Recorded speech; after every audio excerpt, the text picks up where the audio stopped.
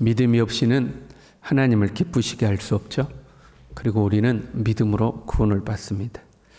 문제는 그 믿음이 진짜냐 가짜냐 하는 거죠.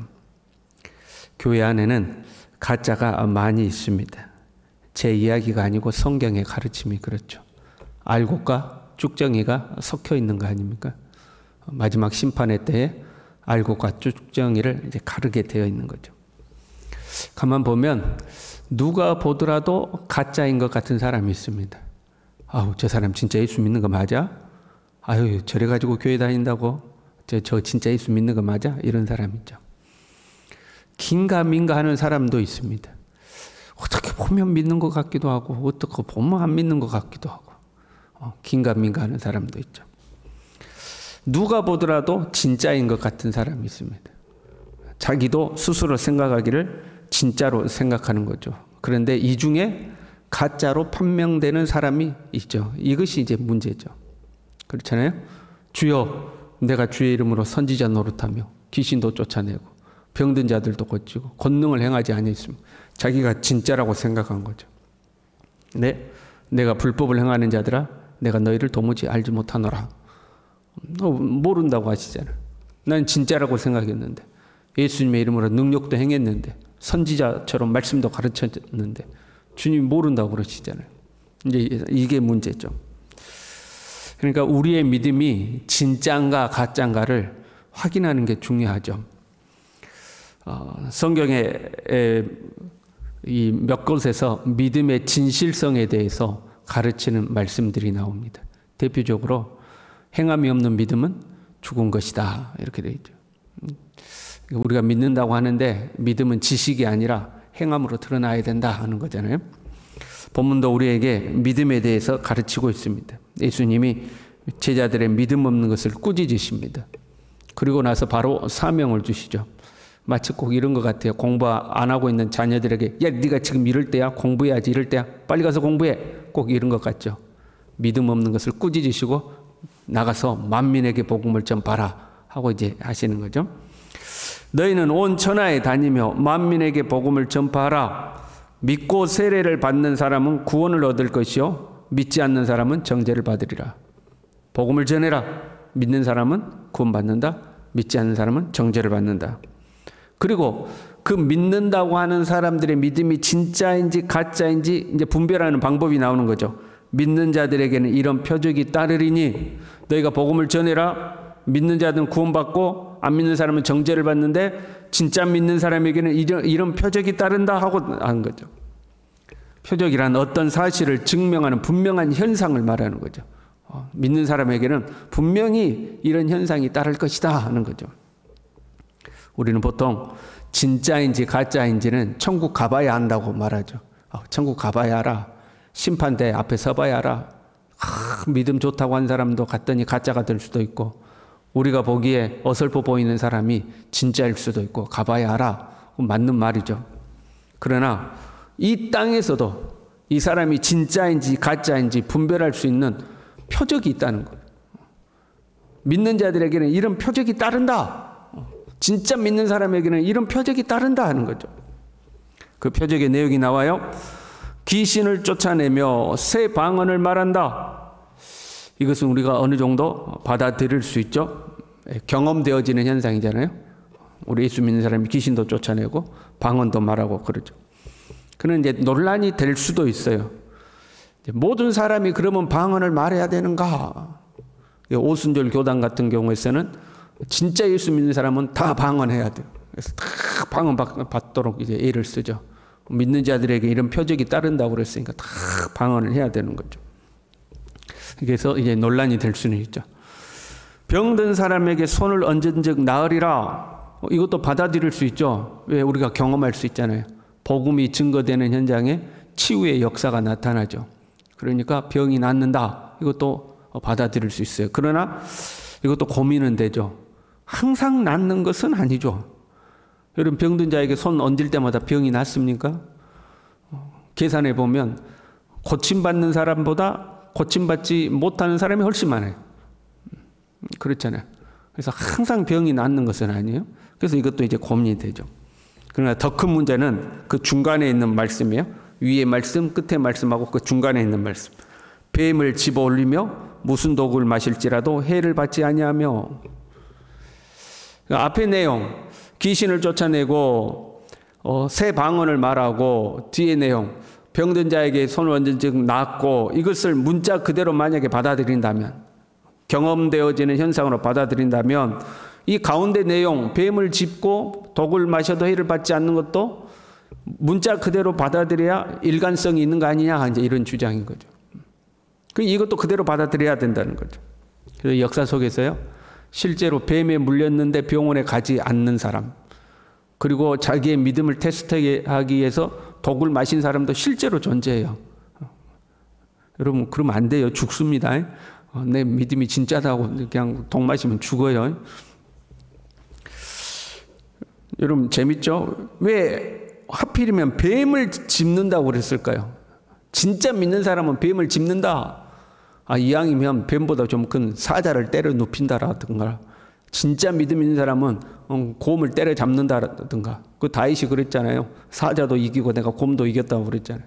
그런 거 쓰지 왜 뱀을 짚는다고 했을까? 그 뱀을 집어 올리고 독을 마셔도 해를 입지 않는다는 표현은 당시 사람들에게는 보편적인 표현인 거예요. 이 표현이 의미하는 바를 당시의 사람들은 누구나 안다 이 말이에요. 진짜로 뱀을 짚는 게 아니고. 오늘날 우리 기독교인들에게 뱀을 때려잡는다 그러면 무슨 의미로 다가와요? 네? 길 가는 뱀 때려잡는 게 아니죠. 오늘날 우리 기독교인들이 뱀을 때려잡는다면 사탄을 상징하잖아요. 우리에게 있어서 뱀이란 사탄을 상징하잖아요. 그것처럼 당대의 사람들에게, 믿는 사람들은 뱀을 짚고 독을 마셔도 해를 입지 않는다 하면 그들이 느끼는 그 의미가 있다 이 말이에요. 당대 사람들은 그냥. 이사야 11장은요 메시아 왕국에 대한 진술이 나옵니다. 하나님의 나라가 임하면 이런 나라가 될 것이다. 우리가 어렸을 때 불렀던 찬양 중에 사자들이 어린 양과 뛰놀며 어린 양이 함께 뒹구는 참사랑과 기쁨의 그 나라가 이제 속히 오리라. 이제 그 내용이 이사야 11장이 기록되어 있습니다. 거기에 이사야 11장 8절에 이 말씀이 나와요. 젖먹는 아이가 독사의 구멍에서 장난하며 젖된 어린아이가 독사의 굴에 손을 넣을 것이라. 내 거룩한 삶 모든 곳에서 해됨도 없고 상함도 없을 것이다. 이 말씀을 의미하고 있는 거예요. 뱀을 짚는다. 어린아이가 독사굴에 손을 넣어서 뱀을 짚는다는 거예요. 어떤 상함도 없고 어떤 해됨도 없다. 그러니까 뱀을 짚고 독을 마셔도 해를 입지 않는다는 것은 하나님 나라의 임재를 상징하는 말씀이었어요. 초대교회 성도들은 그 말을 들으면 아는 거죠. 하나님의 나라가 임한다 하는 것을 아는 거죠.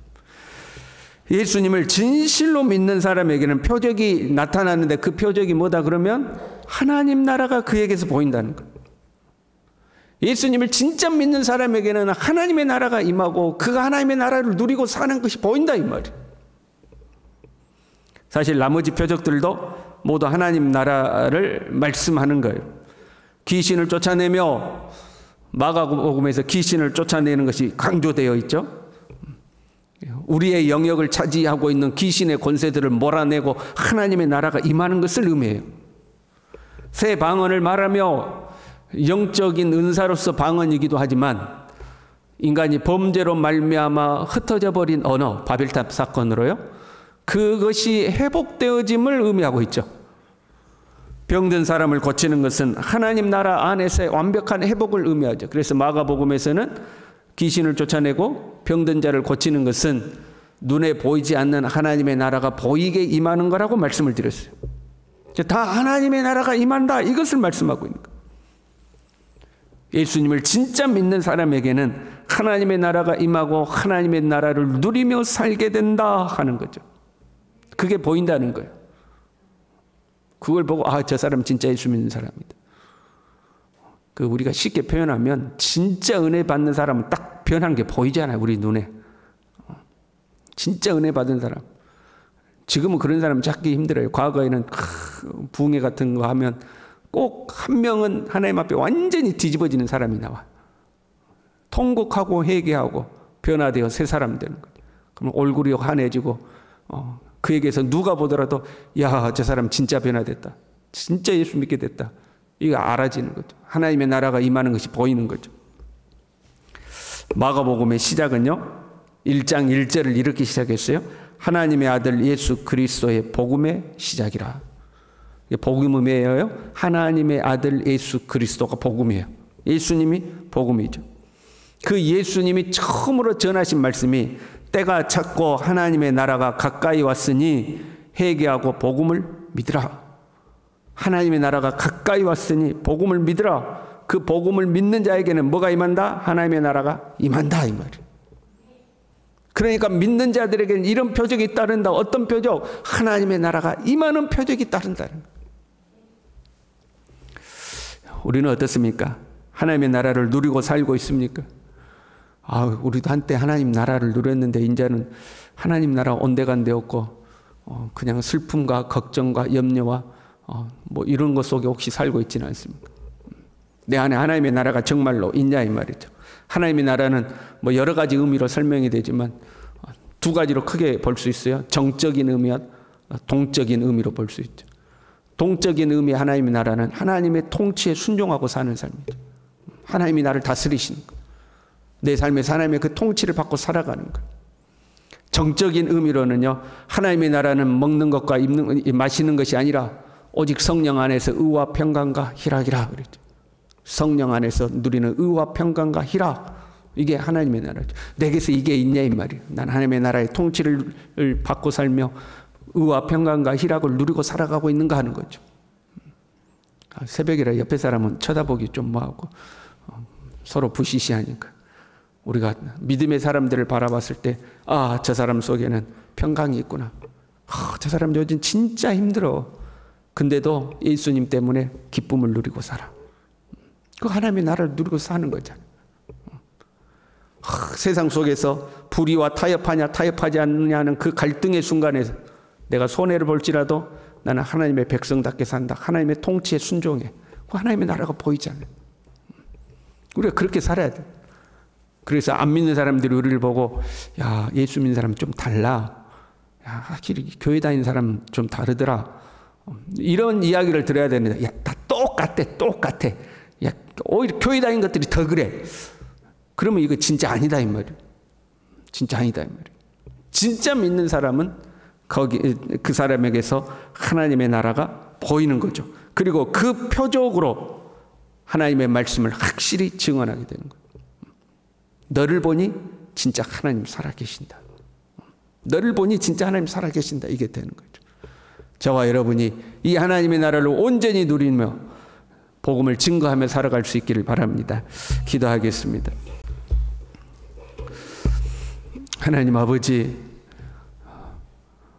우리를 죄와 사망의 권세에서 건져주시고 예수 그리스도를 믿음으로 하나님의 백성, 하나님의 자녀 되게 하신 것을 감사를 드립니다. 이 구원의 감격과 기쁨을 상실하지 아니하고 오늘 하루도 하나님의 나라를 누리며 기쁨 속에 살아갈 수 있도록 내 삶의 모든 순간 하나님의 통치에 순종하며 살아갈 수 있도록 나를 통해서 살아계신 하나님과 우리 구주 예수 그리스도가 드러날 수 있도록 주님 우리 모두를 붙들어 주시옵소서. 예수님의 이름으로 기도 올리옵나이다. 아멘.